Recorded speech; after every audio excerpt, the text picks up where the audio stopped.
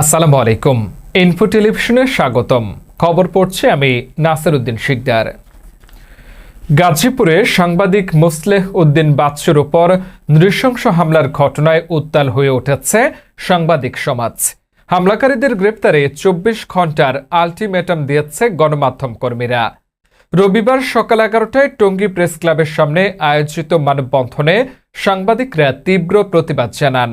তারা বলেন, হামলাকারীদের দ্রুত গ্রেফতার না করলে কঠোর আন্দোলনে নামবেন। গত শুক্রবার গাজীপুর সদর উপজেলার মির্জাপুর এলাকায় নিজ বাসার নির্মাণ কাজ তদারকির সময় হামলার শিকার হন সাংবাদিক বাচ্চু। অভিযোগ অনুযায়ী চাঁদা না দেওয়ায় সন্ত্রাসীরা হাতুড়ি ও লাঠিসোঁটা দিয়ে তাকে গুরুতর আহত করে। বর্তমানে তিনি শহীদ তাজউদ্দিন আহমেদ মেডিকেল কলেজ হাসপাতালে চিকিৎসাধীন। বক্তারা জানান, অনতিবিলম্বে আইনের আওতায় দোষীকে অ্যারেস্ট করা হোক এবং তাকে দোষী সাব্যস্ত করে আইনের হাতে তুলে দেওয়া হোক এবং জনগণ এবং সাধারণ মানুষ এবং সরকারের কাছে আমরা এই দাবি করি যেন বারবার এই সাংবাদিকের উপর এরকম নির্যাতন না হয়, কারণ একই রকম নির্যাতন ইতিপূর্বে হয়ে আসছে। সাগরিনী ঘটনা আপনারা জানেন, তাদের বিচার আজও হয় নাই।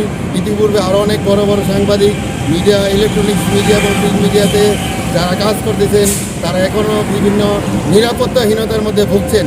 তারা বাইরে বের হলে অন্যায় যখন আমরা তুলে ধরতে যাই তখন আমাদের উপর বিভিন্ন সন্ত্রাসীর আক্রমণ। গণমাধ্যম কমিশন আজকে একজন সাংবাদিক, সিনিয়র সাংবাদিক বাচ্চুর উপর চাঁদাবাজদের অতর্কিত হামলার প্রতিবাদে মানববন্ধনে উপস্থিত আছেন গণমাধ্যম কমিশনের সম্মানিত আহ্বায়ক। আর কত সাংবাদিকের গায়ে রক্ত ঝরলে, আর কত সাংবাদিক হত্যা হলে, আর কত সাংবাদিক ভাইরা এই সমাজ থেকে, পরিবার থেকে বিতাড়িত থাকলে। এই হামলা স্বাধীন গণমাধ্যমের ওপর আঘাত এবং দ্রুত বিচার নিশ্চিত না হলে দেশব্যাপী আন্দোলন গড়ে তোলা হবে। এই ঘটনায় জয়দেবপুর থানায় মামলা দায়ের হয়েছে। পুলিশ জানিয়েছে আসামিদের গ্রেপ্তারে অভিযান চলছে। সাংবাদিকদের দাবি ২৪ ঘন্টার মধ্যে সকল আসামিকে গ্রেপ্তার করে দৃষ্টান্তমূলক শাস্তি নিশ্চিত করতে হবে, অন্যথায় আন্দোলন আরও জোরদার করা হবে। এই অপরাধীদেরকে গ্রেপ্তার করে দৃষ্টান্ত স্থাপন করে, এটাই আমার প্রত্যাশা। আমরা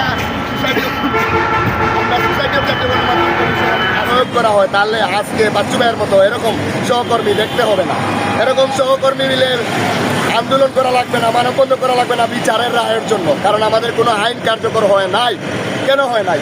সারা বাংলাদেশে আন্দোলনে তো তৎপরতা চলছে আসাদুজ্জামান তুহিনের জন্য, কিন্তু এরপরে দেখেন এখন পর্যন্ত কোনো আইন কানুন পাস করা হয়নি। সাগর রুমি হত্যার এখনো বিচার হয়নি। এভাবে অসহস্র সাংবাদিক, অগণিত সাংবাদিক মারা গিয়েছে, হাত পা পঙ্গু হয়েছে, রাস্তায় অনাহারে দিন কাটাচ্ছে।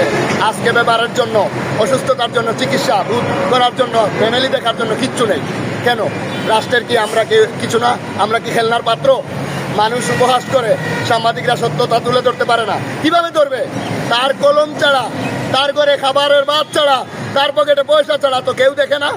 আজকে এই বাচ্চু ভাই লিকার কারণে সমাজকে দেওয়ার জন্য আজকে চাঁদা চাইছে। তার অপরাধ একজন সাংবাদিক, সে বাড়ি ঘরে থাকবে কেন? সে গ্রাম থেকে ডাকাতে আসবে কেন?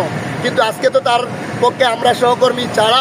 এতক্ষণ ইনফো টেলিভিশনের সাথে থাকার জন্য সকলকে ধন্যবাদ।